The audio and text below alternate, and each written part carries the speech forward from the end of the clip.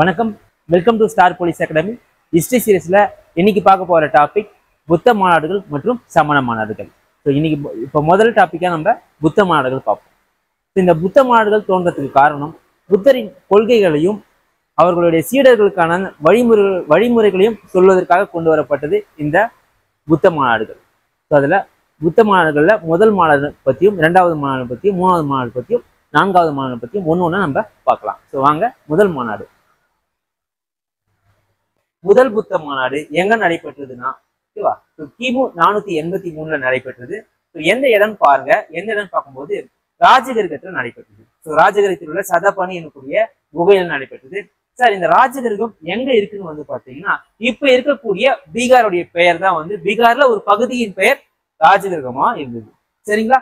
So அது இந்த முதல் புத்த மாநாட்டுக்கு தலைமை தாங்கிய மன்னர் அஜாதசத்ரு ஆவார். சரியா? ஸோ அடுத்த இது முக்கியமான கீ பாயிண்ட் என்னன்னா, முதல் புத்த மாநாட்டிற்கு யார் தலைமை வகித்தவர்னா மகா காசியப்பா. ஓகேவா? இதனுடைய நோக்கம் என்ன சார் அப்படின்னு பாருங்க. புத்தரின் போதனைகள் மற்றும் துறவிகளுக்கான துறவர ஒழுக்கம். ஓகேவா? இதுதான் இதனுடைய முதல் புத்த மாநாடுடைய நோக்கமா அமைஞ்சது. ஓகேவா? ஸோ முதல் புத்த மாநாடு பார்த்தாச்சு. இப்ப பார்க்க போறது இரண்டாவது புத்த மாநாடு. 90 வருஷம் பின்னால கிமு 383. இதனுடைய கீ பாயிண்ட்ஸ் நம்ம பார்க்க போறது, இரண்டாவது புத்த சபைக்கு எந்த இடத்துல நடைபெற்றதுன்னா வைசாலி. வைசாலி என்றது இப்ப இருக்கக்கூடிய பீகார் ஆகும். ஓகேவா? தலைமை பாருங்க, தலைமை சபகாமி, மன்னர் காலசோகா. நோக்கம் பாருங்க, புத்த மதத்தில் உள்ள உட்பிரிவுகள் இருக்கக்கூடிய பிரச்சனைகளை நீக்குவதுதான் இதனுடைய நோக்கமா அமைஞ்சது. அடுத்து பாருங்க, அடுத்து மூன்றாவது புத்த மாநாடு.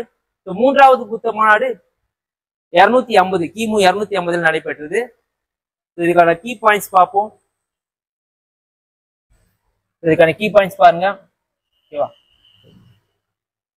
பாடலிபுத்திரம். சரியா? மூன்றாவது புத்த மாநாடு பாடலிபுத்திரம் நடைபெற்றது. பாடலிபுத்திரம் என்றது இன்னைக்கு பாட்னா ஆகும். மன்னர் அசோகர், தலைமை மொகாலிபுத்திர திசா. சரியா? ஸோ இதனுடைய நோக்கம் பாருங்க, புத்த மதத்தினுடைய பள்ளிகள், அந்த பள்ளிகள் தூய்மைப்படுத்துறது தான் இதனுடைய நோக்கமா அமைஞ்சது. ஸோ அடுத்து பாருங்க, நான்காவது புத்த மாநாடு கிபி 72 நடைபெற்றது. நான்காவது புத்த மாநாடுடைய கீ பாயிண்ட்ஸ் பார்க்கலாம். இடம் காஷ்மீர், குந்தலவனா குகை, அரசர் கனிஷ்கர். ஓகேவா? தலைமை வசுமித்திரர் மற்றும் அஸ்வகோசர். ஓகேவா?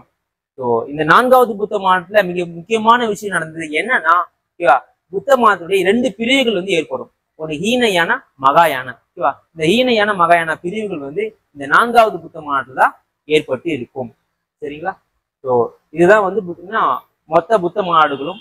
சரியா? இதை தவிர்த்து 5வது மற்றும் 6வது புத்த மாநாடுகள் பின்னால் நடந்திருக்கும். 1800 மற்றும் 1900 ஆண்டுகள் நடைபெற்றிருக்கும். ஸோ இது அவ்வளவு முக்கியத்துவம் இல்லை. முதல் 4 புத்த மாநாடுகள் தான் ரொம்ப முக்கியத்துவம் வாய்ந்தது. ஸோ அடுத்து நம்ம பார்க்க போறது சமண மாநாடுகள். சமண மாநாடுகள் பொறுத்தவரையும் முதல் சமண மாநாடு கிமு 300 நடைபெற்றிருக்கும்.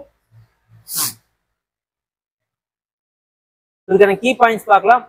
எங்கன்னா முதல் சமண மாநாடு எந்த இடம்னா பாடலிபுத்திரம், பாட்னா. ஓகேவா? தலைமை பாத்தீங்கன்னா ஸ்துலபத்ரு. ஓகேவா? ஸ்துலபத்ரு தலைமையில் நடைபெற்றிருக்கும். சமண சமயம் பாத்தீங்கன்னா 2ஆக பிரிஞ்சிருக்கும். ஒன்னு சிதம்பராஸ், திகம்பராஸ். இது பாத்தீங்கன்னா நம்மளுடைய முதல் சமண சமய மாநாடுல நடந்திருக்கும். சரியா? இந்த சிதம்பராஸ், திகம்பராஸ்லாம் சார் என்ன சார் அப்படின்னா, சிதம்பராஸ் அப்படின்னு சொல்றது வெள்ளையாடிய உடுத்தி இருப்பாங்க. இந்த வெள்ளையாடிய உடைத்தி இருக்கிறதா பாத்தீங்கன்னா சிதம்பராஸ் சொல்லுவாங்க. திகம்பரர்கள் அப்படின்னா என்னன்னா, திசைகளை மட்டுமே உடையா உடுத்திருப்பாங்க. அப்ப திசைகளை மட்டுமே உடையா உடுத்திருக்காங்கன்னா அவங்க நிர்வாகமா இருந்திருப்பாங்க. சரிங்களா? நிர்வாணமா இருந்திருப்பாங்க. இதுதான் திகம்பரர்கள். அடுத்து பார்க்கலாம்,